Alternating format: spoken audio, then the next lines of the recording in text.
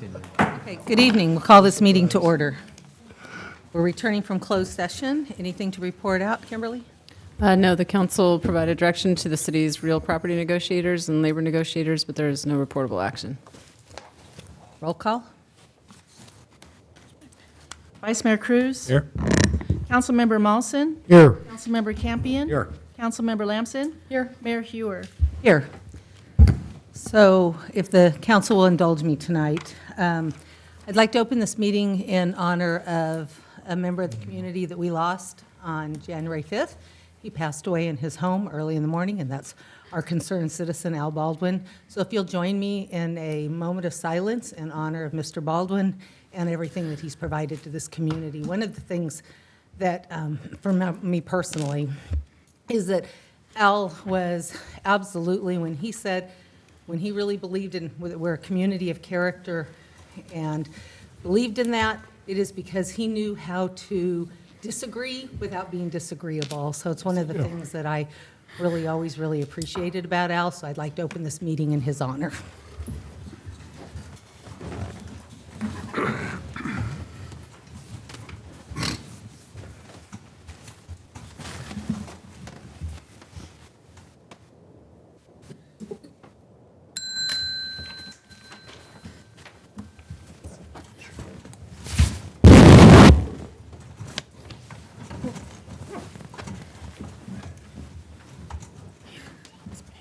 Sergeant First Class Sean Patrick Sullivan will join me.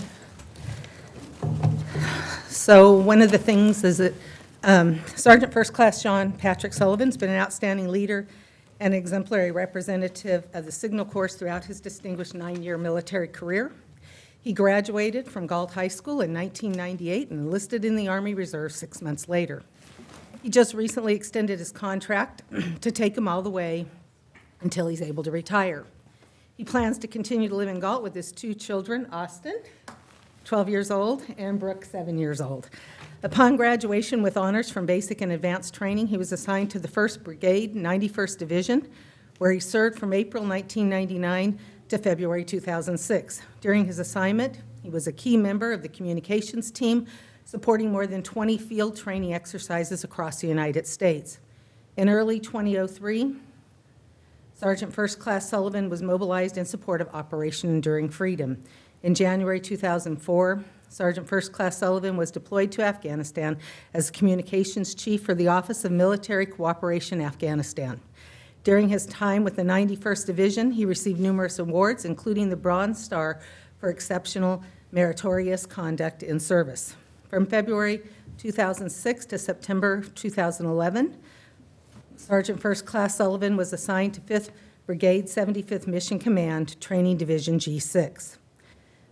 Sergeant Sullivan was awarded the Meritorious Service Medal for all his accomplishments while serving with the 5th Brigade 75th Division. From September 2011 to October 2015, Sergeant First Class Sullivan was assigned as a platoon sergeant to the Alpha Company 319th Expeditionary Signal Battalion. In April 2012, he was deployed to Afghanistan for the 2nd time. His professionalism, sound judgment, technical expertise, and total commitment to mission accomplishment was unparalleled. Sergeant First Class Sullivan was awarded the Meritorious Service Medal with an oak leaf cluster for his actions. In October 2015, Sergeant First Class Sullivan was attached to Bravo Company 35th Expeditionary Signal Battalion in Aguadilla, Puerto Rico, and sent to Iraq in support of Operation Inherent Resolve. His actions, outstanding leadership, dedication to duty, selfless service, and superior performance resulted in Sergeant First Class Sullivan receiving his 2nd Bronze Star with an oak leaf cluster. In September 2016 to present, Sergeant First Class Sullivan has been assigned to the 335th Signal Command. He deployed to Afghanistan in February 2017 in support of Operation Resolute Support. Sergeant First Class Sullivan's history of dedicated leadership and distinguished service directly supporting the war fighters and the global war on terrorism are in keeping with the finest traditions of the Signal Corps. For his service, he was awarded the Bronze Order of Mercury. The Galt City Council tonight is honoring Sergeant First Class Sean Sullivan for his distinguished service to our country And we've asked him to lead us in the Pledge of Allegiance. Thank you, Sergeant First Class Sullivan.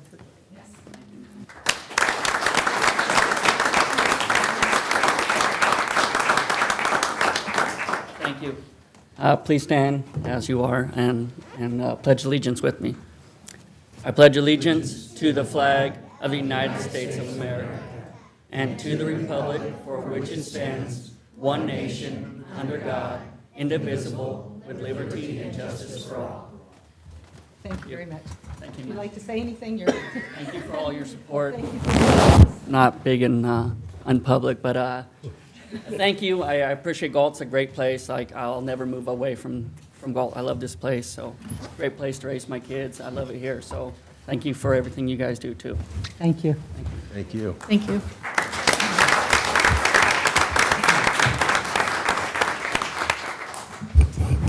Video statement. This meeting of the Galt City Council will be cablecast on Metro Cable 14, the local government affairs channel on the Comcast, Consolidated Communications, and AT&T Uverse cable systems. The meeting is closed captioned and webcast at www.sacmetrocable.tv. Today's meeting will air Friday, January 19th at 9 a.m. and Saturday, January 20th at 9 a.m. A DVD copy is available for checkout from any library branch. The City Council meeting videos are also archived on the city's website, and a DVD copy is available for checkout from any library branch. Agenda approval, additions and/or deletions? Nothing. Nothing? Seeing, we will move on to presentations. New employee introductions. Armando?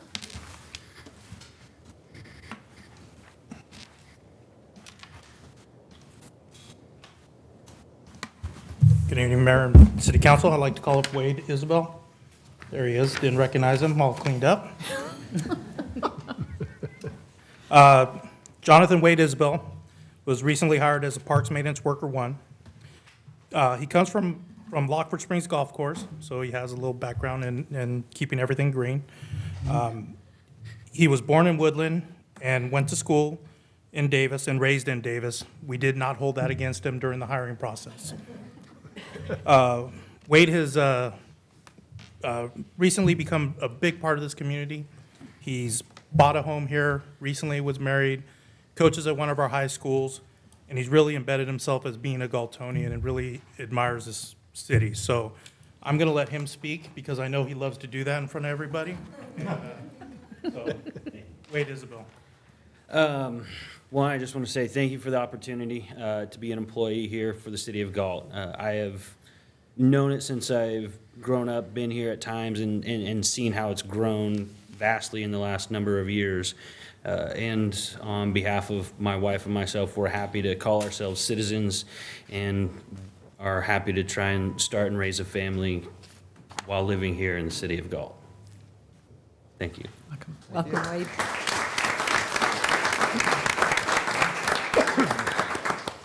Mr. Winkler? Council members, our employee was looking forward to this opportunity, fell ill today and had to go home from work, so we'll reintroduce him at the next opportunity. Thank you. Oath of office.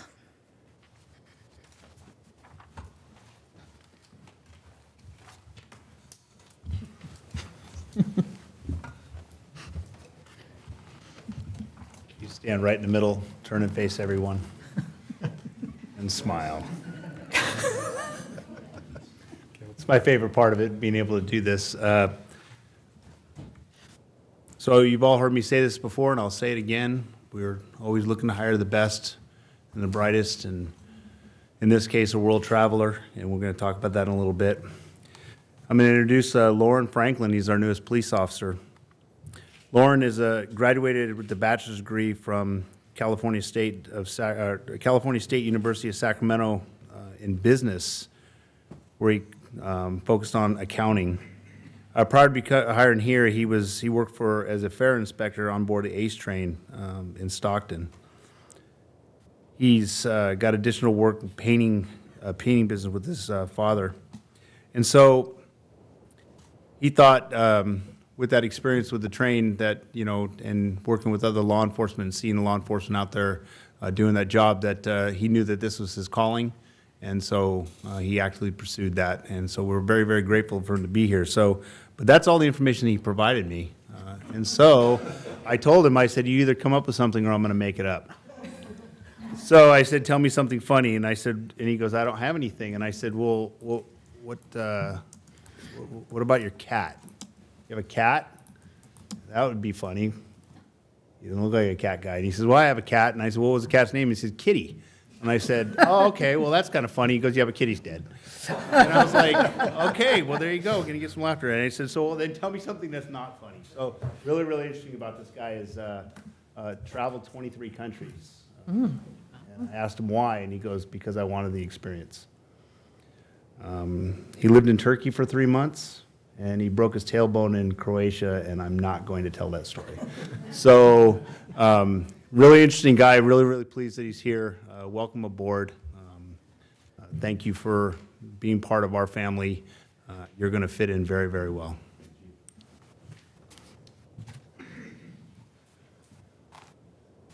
Raise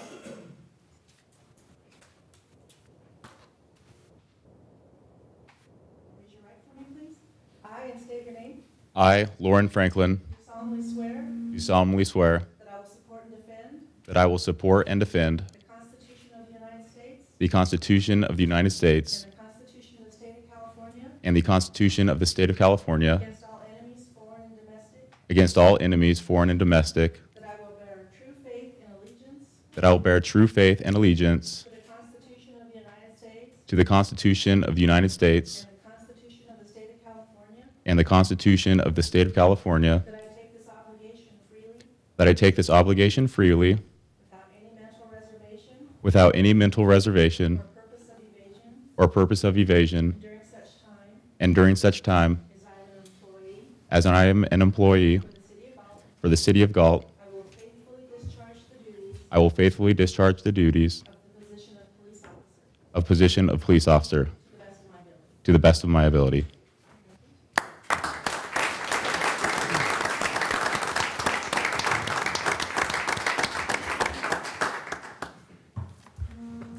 Just want to take a couple seconds to express my gratitude for accepting me into your community and into the department. I will work my best to gain your trust and to protect that trust in the execution of my duties.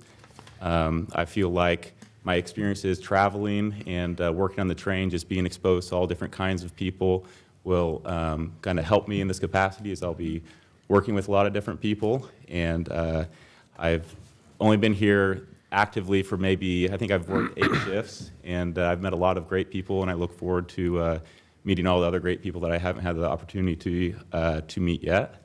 And once again, I just want to thank you for this opportunity, and I look forward to learning everything about Galt and all the community members. Thank you.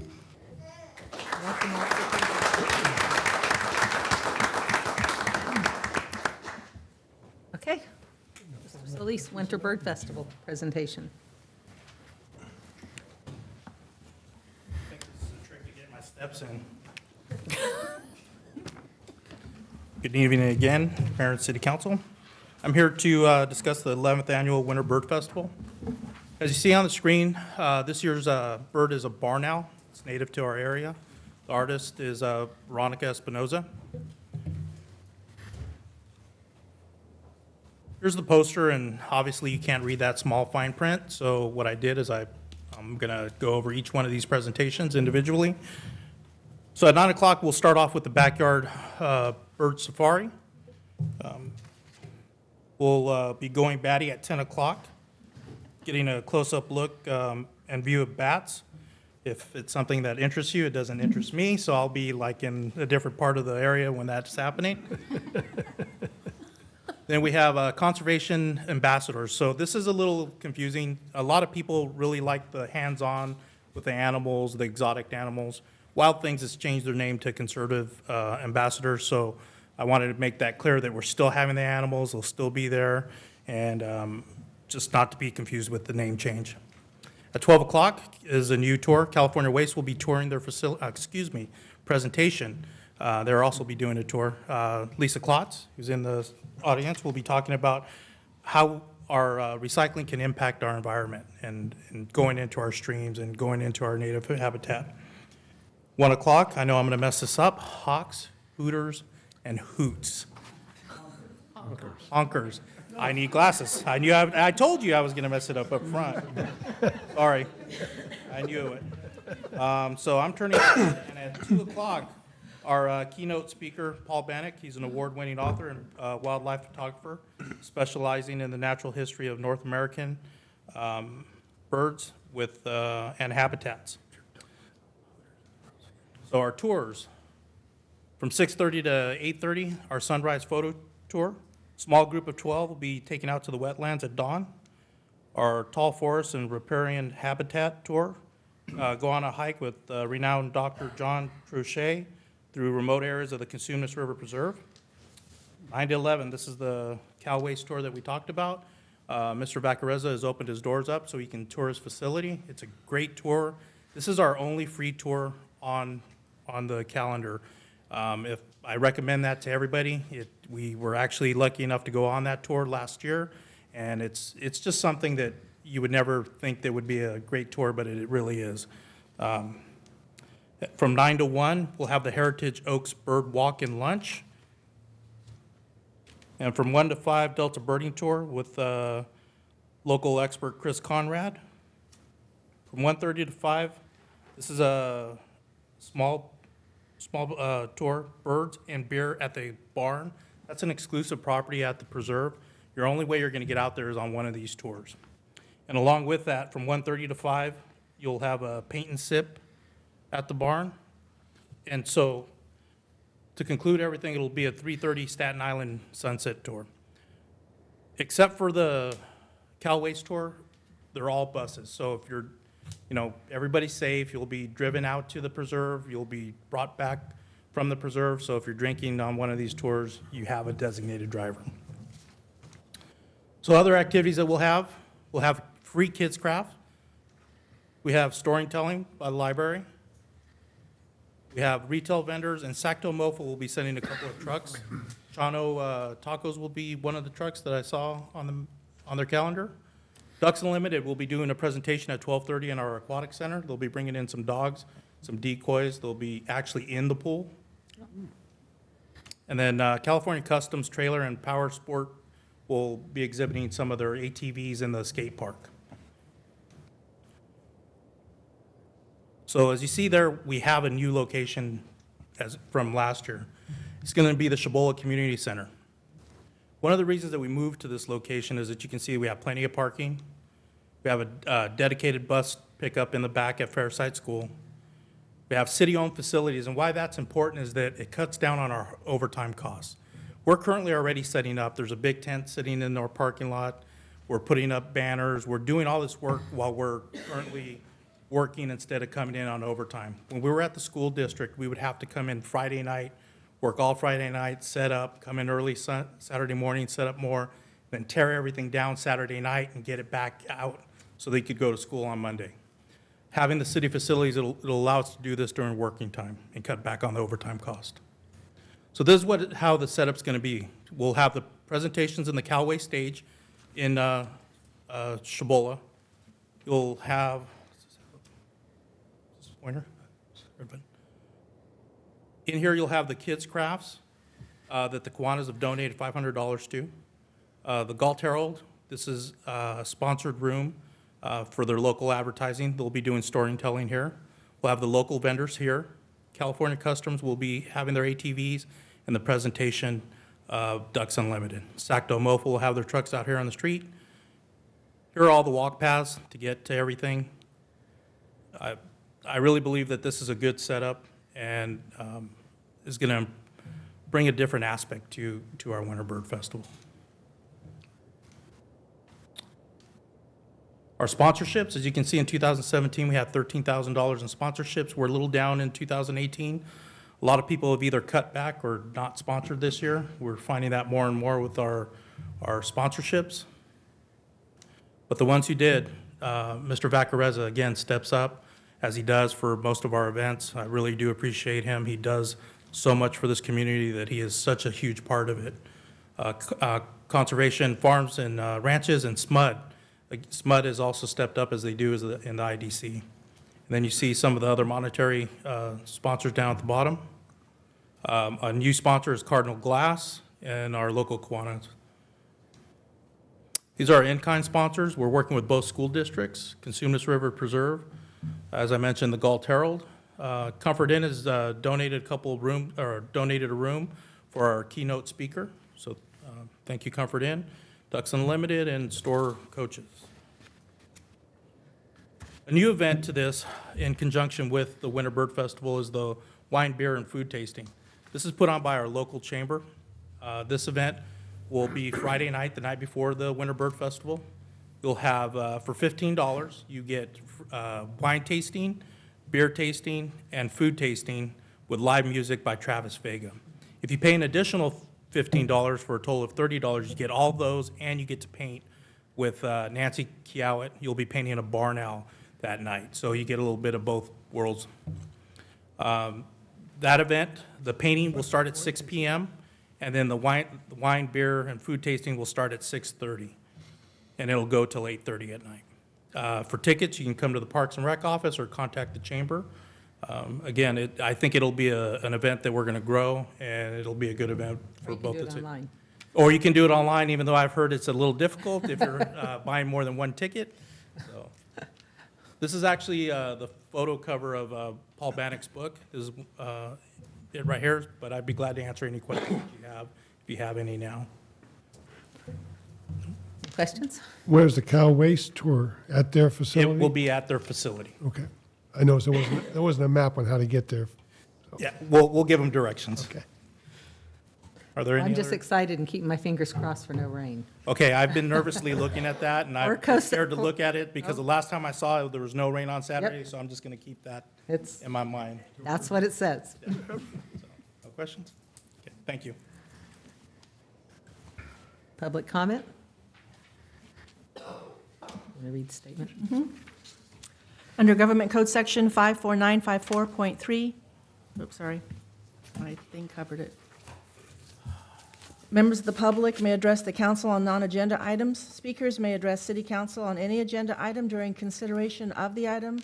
Speakers shall restrict their comments to issues that are within the subject matter jurisdiction of the city council and limit comments to a maximum of 5 minutes. Please fill out a speaker sheet located on the table inside the entrances to the council chambers and forward the completed speaker sheet to the clerk. Gail Weber?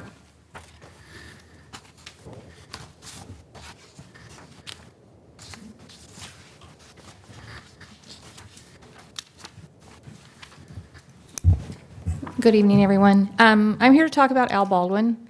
The passing of Al Baldwin has left a huge hole in the Galt community. I considered him a mentor and a friend. He kind of helped guide me through all this volunteerism I do. He was always ready to listen and was giving me his sage advice. He was also a member of the GCC and had met with the group the night before he passed. I remember talking to him about all the pictures he had taken and suggesting we set up a Facebook page, Al Baldwin's Pictures. I told him he was being selfish by not sharing all his pictures he had taken. The morning after the meeting at 4:45 in the morning, he had emailed Ralph Cortez, another member of our group, a set of pictures. We found out later that day he had passed shortly after emailing those pictures. It hit the group pretty hard. He was fine that night. He was joking and laughing. He was the same old self. Since the 4th Street Promenade doesn't seem to have an official name yet, I would like to propose to the City Council they consider naming this area in honor of Al Baldwin. It is located in the heart of Galt, and it seems an appropriate place to bear his name. It is close to his home in Tagore Elementary, was known by Mr. Al to all the kids. Thank you. Thank you. Lisa Klotz?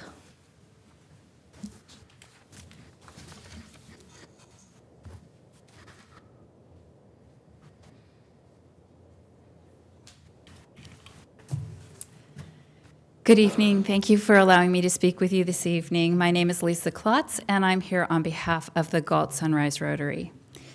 On December 16th, the 8th annual Galt Sunrise Rotary held their community dinner, and I wanted to report on that. We would like to thank very much the Galt City Council, the city manager, and the police department for allowing this event to take place in the Littleton Center and to serve the residents of Galt with the biggest smiles we've ever seen. We also want to thank the city staff and the Parks and Recreation Department, in particular, the night and weekend crew that helped us out a lot to keep the facilities running. I'd like to share with you Rotary International's 4-way test.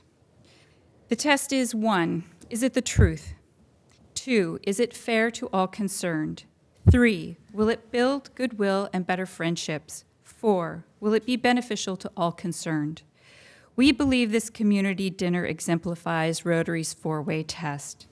Each year, Rotary invites the entire Galt community to come break bread with their neighbors.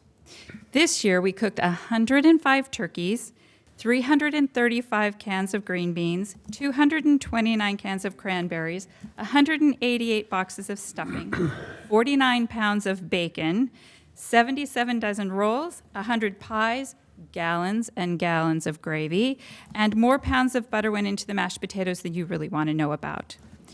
In all, over 1,100 meals were served at the Littleton Center, and 108 meals were delivered to those who could not attend in person. The leftovers, which there was little, were dropped off at the Hope Harbor Family Service Center of the Salvation Army in Lodi, and any leftover unopened packaged goods were taken to the local Sunshine Food Pantry at the Galt United Methodist Church. With the support of community and volunteers, we all began cleaning those turkeys and preparing them the night before for the 5 a.m. cooking kickoff.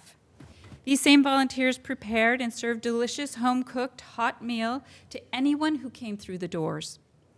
Each year, this event has grown from in the beginning on the first year, under 100 meals, to more than 1,200 meals now served on-site and delivered to homes. This is a true community event. It could not be done without the help of many hands and many organizations, including Cow Waste Recovery Systems, South County Services, Elk Grove Food Bank, the Coffee Shop Bakery, Cafe Latte, It's a Grind, Club Prime Volleyball, the Galt Herald, Rayleigh's, Save Mart, Kevin Harcourt, Y Costa, Comfort Inn and Suites, Bruce Salisbury, Chris Newell, Sims Barbecue, Real Men's Club, and Performance Muffler. They gave generously to ensure this community dinner was a success. You will recognize the breadth of support for this event mirrors the amazing assortment of people and business that we have here in Galt. I wanted to bring special attention to Save Mart and Rayleigh's and their customers. Both stores allowed Rotarians to hold food drives within their stores. Customers purchasing items from the store inventory and shelves would drop them off at our collection table. And special attention should be given to the youth of our community. 4-H, Boy Scouts, National Honor Society, Galt District TPP program, and the Youth Committee all were involved. It is because we adults model the behavior we want our children to follow that make Galt an amazing place to live, work, and conduct business. This is a true open arms event to bring our community together, not bound by age, level of income, job situation, or cultural heritage. Community events such as this hold true to the 4-way test. These are the things that improve the quality of life in our town and attract new families to Galt as a place they would like to find a home, raise children, develop relationships, and retire. So thank you again for your ongoing support for such a valuable and loved community event. Thank you. Thank you.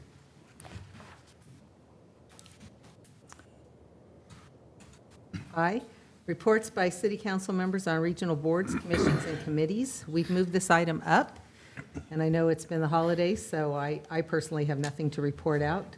Does anyone else? Yes. Go ahead. As you recall, the council assigned me to work with our finance director, Emily, and our city treasurer to work on an RFP for a new, new audit firm. And I believe it went out on the street Monday, didn't it? This last Monday? A week ago Monday. A week ago Monday, yeah. So, yeah, we were working on that. There's a lot of emails back and forth. Sean and Emily did a great job. And it's out on the street, and we're the next step is to see what response we get and interview. Great, thank you. Kurt? Paige? I went to the youth commission meeting, and they're working on some things, and we'll be hosting the pancake breakfast. So please come out at 6 to, and gets pancakes at the Bird Festival. Pancake time, come out at pancake time. Safety committee will be meeting next week, and if anybody out there has anything they would like us to put on the agenda, let us know by tomorrow. Okay, so the pancake breakfast is Saturday? Isn't it? Oh, it's Oh, the extravaganza, okay. Okay. Oh. Information consent calendar? Mayor, I actually have one, I'm sorry. Okay, oh, yes. So I attended on your behalf the Criminal Justice Cabinet on January 11th. It was my first meeting, and it was very, very informative, talking about new laws related to criminal justice and the new presiding judge in the Sacramento Superior Court. The Honorable David D. Alba was our new chair, and but there is nothing new to report on that committee. Well, thank you for attending. Okay. Information consent calendar? Item 1 is minutes of the regular meeting of December 19th, 2017, and special meeting of January 9th, 2018. Item 2, receive and file warrants for period ending January 4th, 2018. Item 3, the Galt Beautification Committee bylaws amendments. And item 4 is the treasurer's report for period ending November 2017. Any discussion? Motion? Move consent. A second. I have a first by Vice Mayor Cruz, second by Councilmember Molson. Call for the vote. Vice Mayor Cruz? Aye. Councilmember Molson? Aye. Councilmember Campion? Aye. Councilmember Lamson? Aye. Mayor Hewer? Aye, passes 5-0 vote. Scheduled matters, we have none. Regular calendar. Finance Department? Good evening, Mayor Hewer. Excuse me. I've asked Michelle Neely, our accounting manager, to present this item. Before she gets started, I would just like to comment that last Friday was Michelle Neely's 20th anniversary with the city. She's a valuable part of our department. I'm not sure that we would be able to do what we do without her, and I appreciate her a lot. She's an expert in utility billing, managing that function for many years now, which is why she's going to present this item for us this evening. Thank you. Good evening, Mayor and council members. On December 5th, at the council meeting, council requested a presentation on reading the utility bills, and that was a result of the sewer rate increase that had occurred during that bill cycle. So I'm going to begin by walking you through some areas of interest on the bill, which now includes that sewer rate increase and meter water service. For the purpose of tonight's presentation, we're going to be talking about residential customers. Commercial customers are actually billed their sewer charges based on their water usage. And so the water cycle actually starts on November 15th and is billed through January 15th, and those bills will be coming out on February 1st. So commercial users really haven't been affected yet by that sewer rate increase. So the bills are the same, the areas of the bill are the same. It's just a little bit different for commercial users because of the way that they're billed for their sewer. Now I'm going to try to operate this. There we go. So this is what our utility bill looks like in total, but because it's so small, we broke it down into some pieces so you could see things a little bit closer up. This is the summary of your current charges on your bill, and you can see that the flat rate charges include refuse, sewer, which is the sewer upgrade fees, regular sewer, and then storm drain and source reduction and recycling elements. So those are flat rate. They're billed 2-month cycles. So for your November bill, it was for November. I'm sorry, I gotta think about this. It was a November-December bill. It's due January 5th, and it was for December 1st through January 31st charges. You're billed 1 month's in arrears and 1 month's ahead. The water rates were billed for September 15th through November 15th. So there's a little bit of fluctuation now in the bill where our customers are used to having a flat rate bill. It fluctuates now from cycle to cycle, so that's a little bit of a change in addition to the sewer rate increase. And because this bill was for September, part of it, it's a little bit of a higher usage month. So some customers who see an increase in their bill, it's the sewer and also possibly the water that they're looking at. You can see that there are 4 lines. Let's see if I can get this to work. 4 lines for the sewer upgrade fee and the sewer. This sewer upgrade fee is the old rate, which is 14 days, November 1st through November 14th, I'm sorry. And this is November 15th through December 31st at the new rate. And then the same for the sewer. The 1714 is the old rate for those first 14 days. And then this rate, the 5739, is for November 15th through December 31st. And that bill, again, went out on December 1st, and I believe I misspoke before. I said it was for December through January. It's actually November 1st through December 31st, and it's due January 5th, so I apologize for that. A little nervous. Let me go to the next page. So with the change to metered water service, we thought it was important to let our customers know what period that was for. So if you see here on the red underline, we have told them specifically what the metered water is for, because it was an adjustment for our customers to go from that flat rate to the metered usage.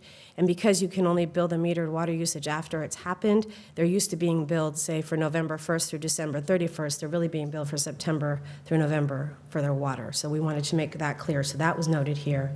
And also, we noted the proration of the sewer under this special message, which is on every bill, and we tend to keep the bottom half of it the same. Talks about how they can, when their payment is due and that they can pay online, but the top couple lines we use on each bill for different things that might affect that certain bill cycle, and so that's what we used it for during this time. These were from the rate information that Public Works put together. The current wastewater rates were the rates that were in effect from November 1st to November 14th, and then the rates below were in effect from November 15th to December 31st. And this is how we calculated those 4 lines for sewer, the 2 for the wastewater, or the SRF, which is called the wastewater upgrade fee, and then the SRF 1 and 2, and then the bottom is for the sewer rates. And I want to talk a little bit about, I want to go back here and talk about the SRF, the upgrades.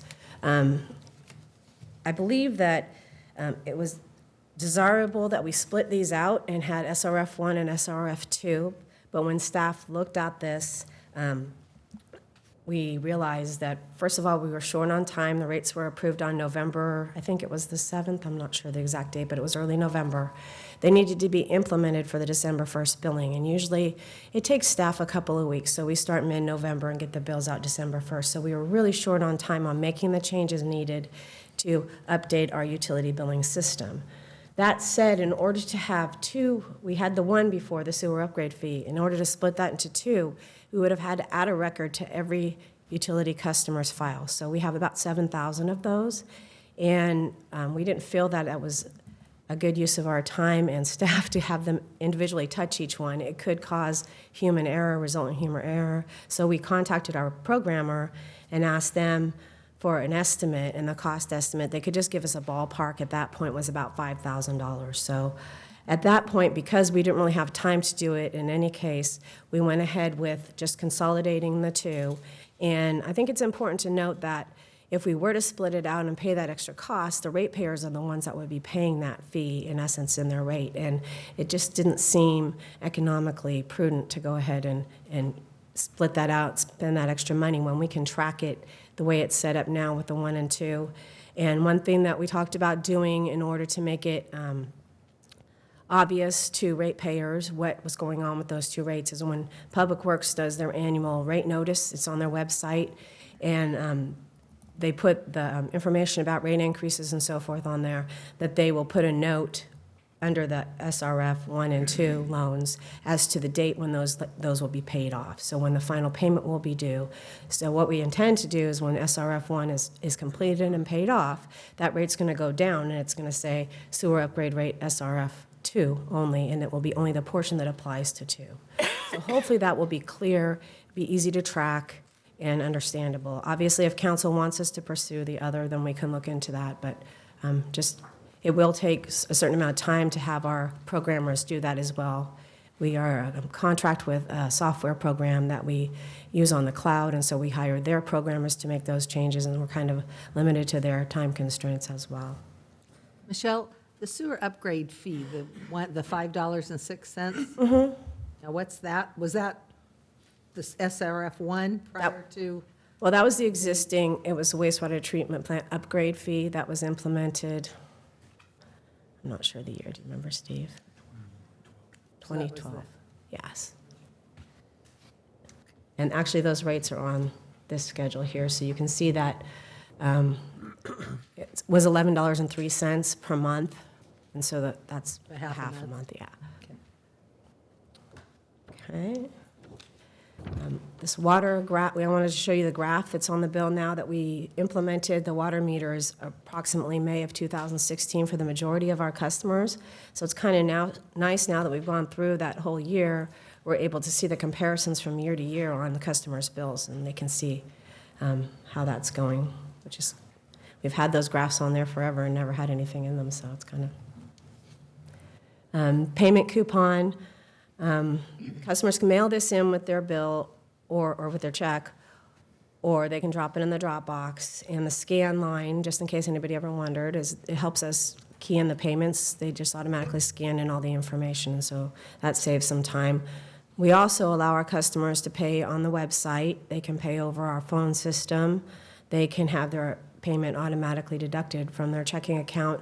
And with that program, they can choose to pay the full amount on the due date, or if it would help them with their budgeting, they can split it up and pay half on one month and half on the other, which I think helps a lot of our customers. A lot of the ones that do sign up for that automatic payment use that option.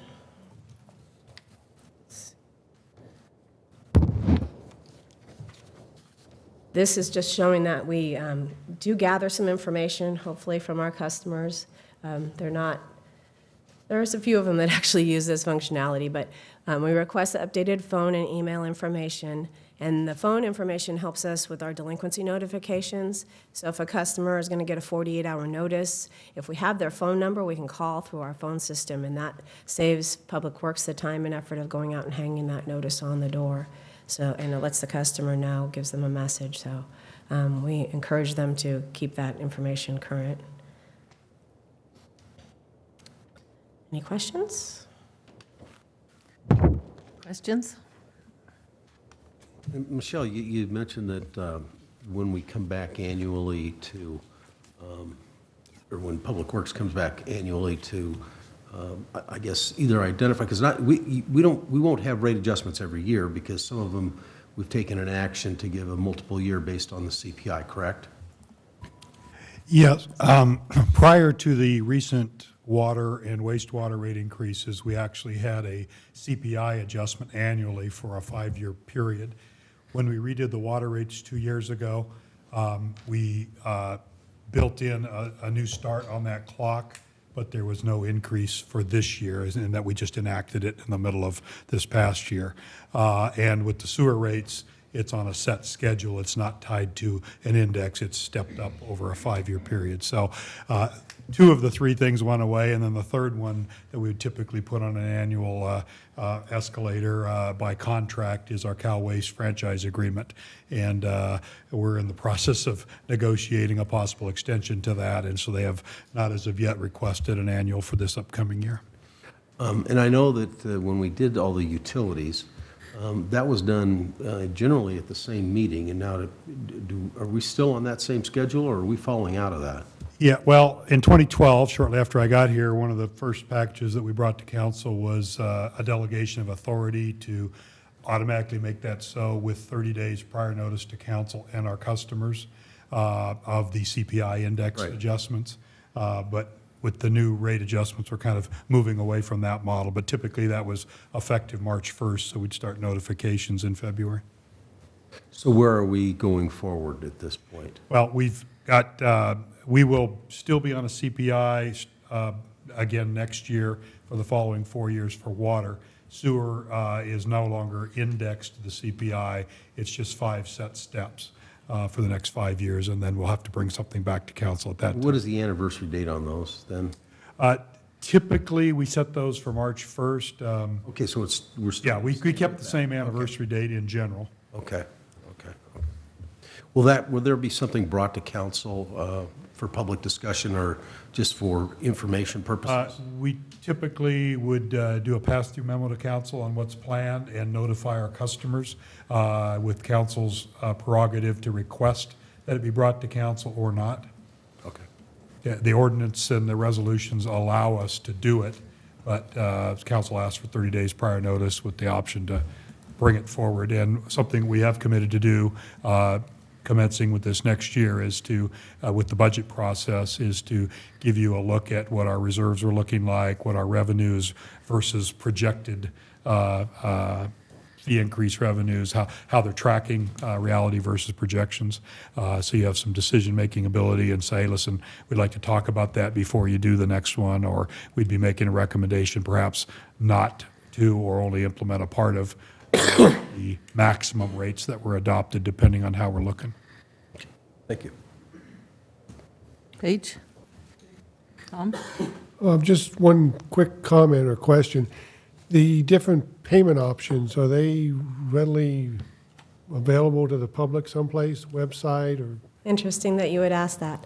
We actually hand out a flyer when they sign up for a service that has that information on it, and most recently on payment date, which we tend to be very busy on that day, so we updated our flyer, and everyone that came in on payment due date and waited till the last minute, we handed them the flyer to give them a little bit more information on what their options were to pay. Because I'm one of the ones, I pay monthly. The city always seems to, they'll take my money. That was the comment. So I pay monthly, and, some people actually have a higher cable bill. When you put in that kind of perspective, rather than get hit with a big bill every 2 months. And we do let them know that they can also, if they don't want to sign up for the automatic debit, they can definitely pay us half each month. So we let our customers That's why I made the know that as comment. The city don't take the money. Thank you, Michelle. I have a public comment. Rick Walters?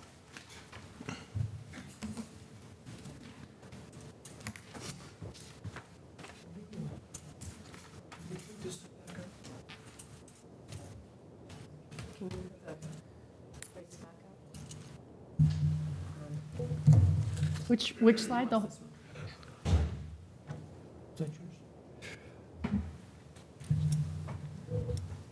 It's this one right here.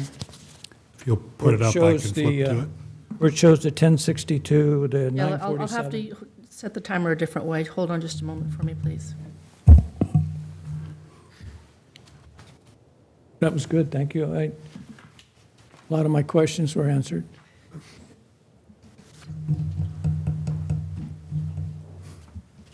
But I have one more or two.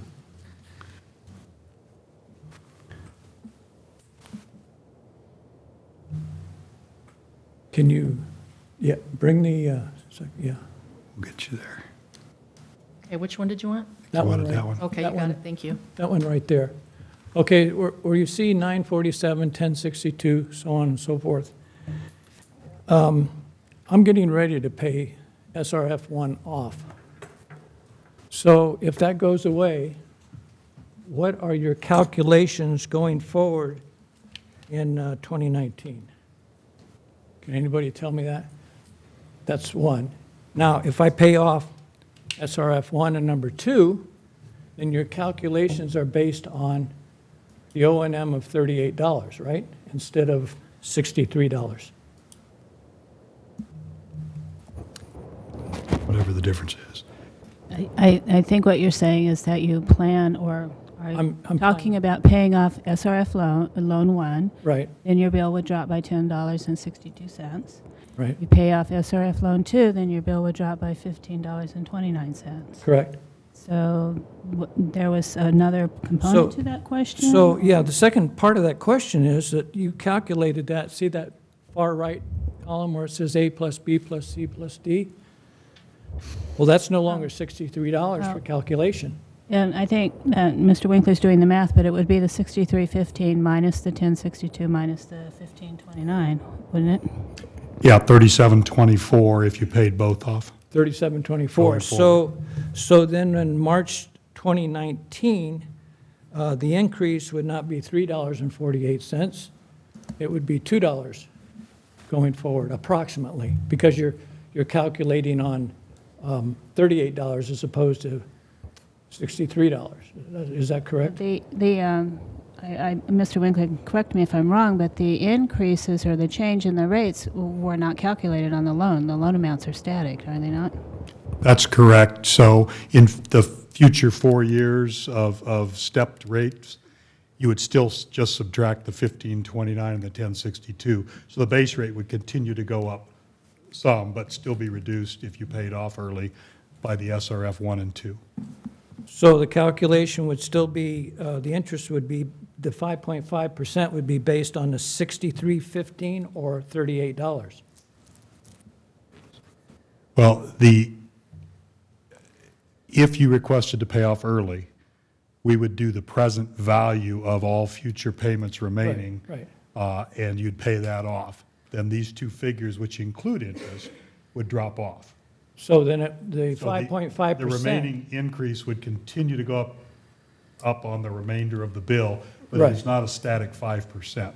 Oh, It's right. 5% of the total, but SRF 1 and SRF 2 are fixed, so there's a variable in the future operating cost. So Mr. Walters, this is public comment. If you have questions, staff would be happy Well, to I've meet with been, you I've been outside in- of the meeting. I've been negotiating back and forth here, trying to get some kind of an idea, so I figured I'd come So- here because I don't understand. what's I would going on. ask that you set an appointment with staff to go over your individual bill. I have. Do you have public comment that you'd like to make? Yeah. Also, it looks like the CPI, bear with me for a second, please. I have everything here, but I don't see it. SRF, here it is. Okay, I got the payment schedule back, and it shows a CPI interest on the SRF 2 loan of $353,328.08, and I'm curious as to what the heck that's for. Is that being deducted on our bill? Is there a place for it on the bill? Is it not on the bill? So I have a lot of questions because I was told that the CPI is not part of the equation. I'm not clear what you're asking or what the original document that you're Well, referring to is. It shows a $353,000. Is that being charged to the Okay. ratepayers? That is the amortization schedule for the SRF loan. So that tells us what are our annual loan payments to the State Water Resources Control Board. And that loan amount was included in the rate study that was done so that we would have sufficient funds to pay the loan. I think that maybe it would be helpful, as the mayor indicated, if we sat down and talked about this offline. Our group would like to sit down and talk to you about this because nothing makes any sense about what's going on. So if you can submit, if you can make an appointment and sit down and talk. Would I and sit, if would I there's- sit and talk to you? And then if there's still an issue, if you still have questions or there's still an issue, you can contact the city manager and we can resolve that. Do you have any public comment? Because otherwise, these are just questions that are best dealt with staff outside of the Well, meeting. I would suggest next time that you open it up for these kind of comments and discussion, because this doesn't help anybody, and I want it to be out for the public to understand everything. The council's not, you're not letting other people know what's really going on, and that's where all the problems come from. Well, That's no, my comment. That's my comment. Thank you. Okay, no further questions? Public Works Department, Subject, Capital Improvement Program Status Update, October 1st, 2017 through December 31st, 2017. Mr. Winkler? Madam Mayor and council members, this is our second quarter of the fiscal year report. And as in your written handout packet, we've got 4 projects that were completed in the last 3 months of the second quarter. And we've got 4 active construction phase projects, including not yet started construction, but has been awarded as our South Galt Safe Routes to School and Rehabilitation Project, which has several $1 million of SACOG and state funding in it to assist with a large number of streets will be affected, particularly in the older parts of town, infill sidewalks, new bike lanes, new and improved bike lanes, signage, and some pedestrian safety enhancements will all be part of that, and so there'll be more information coming out. Right now, the project is scheduled to start construction on or about March 1st, but we are continuing to discuss with the contractor. They might be interested in an accelerated start date, so more information to follow, but that's going to be a good project that will sort of be our flagship construction project for this next summer.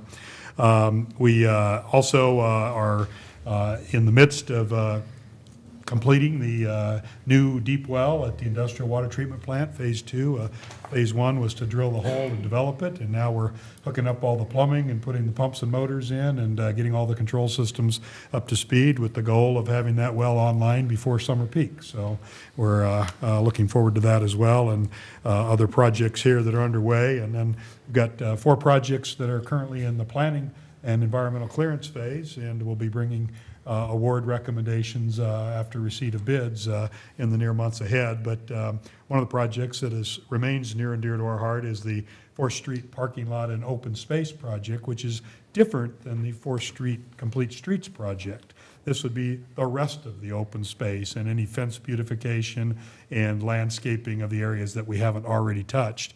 We have some limited CDBG funds, Community Development Block Grant, that they're requesting that we put on an accelerated expenditure curve so that by the end of the calendar year that we will have the next phase completed. And so will actually be some of the comments that we listened to carefully from the community where they'd like a little more involvement in knowing what's going on and having some input. So we're actually going to do a couple of public workshops as part of that outreach process with our design consultant on what the rest of the open space concepts might be and some of the cost implications for that, and get some community input along the way as to is there a preferred option, and then obviously we'll be bringing those recommendations to council as well. So we've got a lot of projects going. Also of note, and we have 2 council members on the Library Ad Hoc Committee. We continue forward with the library final design. We're actually presenting this Friday to the Friends of the Library, and council members are welcome to attend that. It'll be a similar presentation to what was presented a couple of months ago to the County Library Committee to make sure that our local sponsors and patrons are on board as well. And then we're working, and I think the city manager has probably briefed you on some concepts for City Hall expansion, and we've got some preliminary plans that are recently received, and we're working on cost estimates so that we can build some near-term improvements to facilitate some customer service issues, some security issues, and some other things. So we've got a lot in the hopper, and we'll be trying to produce most of these in the next calendar year ahead. Be happy to answer any questions you might have. Questions? Questions? No, Okay. I'm good. Communication? I don't have any tonight. Okay, adjourn the city council and convene to the Galt Successor Agency. Galt Successor Agency, roll call? Board member, Board member Cruz. Here. Board member Molson. Here. Board member Campion. Here. Board member Lamson. Here. Chairman Hewer. Here. No public comment? I have none tonight. Information consent agenda? The minutes of the January 17th, 2017 meeting and any successor agency warrants. Any discussion? Do I have a motion? So moved. Second. Tag. I'll do the second. Motion by Councilmember Campion, second by Vice Mayor Cruz. Call for the vote. Board Member Cruz. Aye. Board Member Molson. Aye. Board Member Campion. Aye. Board Member Lamson. Aye. Chairperson Hewer. Aye. Passes 5-0 vote.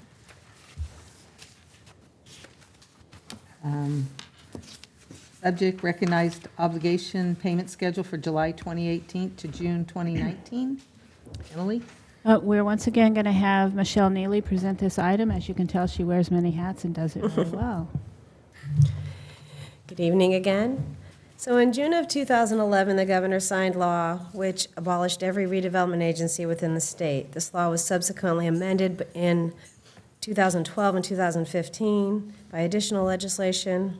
And since that time, the successor agency has made various decisions and taken actions inclusive of adopting recognized obligation payment schedules, or ROPS, which is a list of all enforceable obligations. With the last ROPS for the 2017-18 fiscal year, the format was modified to include a full 12-month period. The ROPS before you is for the period beginning July 1st, 2018 through June 30th, 2019. This ROPS includes enforceable obligations including debt payments, administrative costs, professional services, settlement payment to the Consumers Community Services District, and repayment to the City of Galt for prior loans related to RDA projects. Adoption of the ROPS will authorize the successor agency to forward the schedule to the Oversight Board for approval, after which the ROPS will be submitted to the required agencies, including the State Department of Finance. This will allow the agency to continue to receive redevelopment property tax trust fund monies to pay approved obligations. Failure to submit the ROPS by February 1st will result in civil penalties and a reduction in the administrative allowance to the city. Do you have any questions? Any questions? Thank you, Michelle. Do I have a motion? I'll move to approve. Second. Motion by Councilmember Olson, second by Councilmember Campion. Call for the vote. Board Member Cruz. Aye. Board Member Molson. Aye. Board Member Campion. Board Member Lamson. Aye. Chairperson Hewer. Aye. Passes 5-0 vote. Adjourn the Galt successor agency and reconvene to the Galt City Council. City Clerk's report. We have an appointment tonight of a council member to the Public Safety Committee. At the City Council meeting on December 19th, Vice Mayor Cruz asked to step down from his appointment on the Public Safety Committee. Currently, Councilmember Lamson is serving on the committee, and there is a vacant seat. Have any volunteers? Well, yeah, we tried to do this last meeting, but, Tom wants it. yeah. Do I have a There you go. motion? Nominate Tom. Second. Okay. Motion by Councilmember Campion, second by Vice Mayor Cruz to appoint Councilmember Molson to the Public Safety Committee. Call for the vote. Vice Mayor Cruz. Aye. Councilmember Molson. Aye. Councilmember Campion. Aye. Councilmember Lamson. Aye. Mayor Hewer. Aye. Passes 5-0 vote. Comments by staff. Mr. Winkler? Just one update. Just today, I received the report on our water conservation for the month of December, which, as you remember, was extraordinarily dry. And so compared to the two base years of December 2013 and December 2014, we only achieved a 13% water savings. But actually, considering the absolute lack of rainfall, that's actually still pretty good. And so we're continuing to encourage residents, even in the winter, to conserve water. It's harder in the winter to hit targets because it's primarily indoor water usage, and it's a little tougher to cut back on those uses sometimes, but we encourage residents to keep up the good work. Mr. Arias? Yeah, just a couple updates on the annexations. For Eastview, as you know, that's in the city limits now. We are continuing to work with SunCal, the developer. We're talking to them about financing infrastructure, and they're actively working on their conditions of approval, so that's a good sign. They're being aggressive and moving forward. The industrial annexation, we did get comments back on the application. They were relatively light, so we were kind of excited. The tax sharing agreement still needs to go to Sac County before they can schedule it for LAFCO board, but we're kind of excited that we think we can get that thing moving forward pretty quickly. And then that's it. Ms. Boyd? Nothing further, thank you. Ms. Hall? Mr. Solis? Chief Stockman? My only comment is that yesterday we had the 5-year anniversary of Officer Kevin Ton's line of duty death. And I just want to thank all the community and the council and staff and the staff in the police department for all the hard work for putting that event on. And I can only venture to say that the family was very touched and pleased by the event. It was a tremendous day, and I can't express enough how pleased I am and how successful that whole day was to honor that family. So, and for Officer Kevin Ton. So, thank you all for being there. I have nothing further, thank you.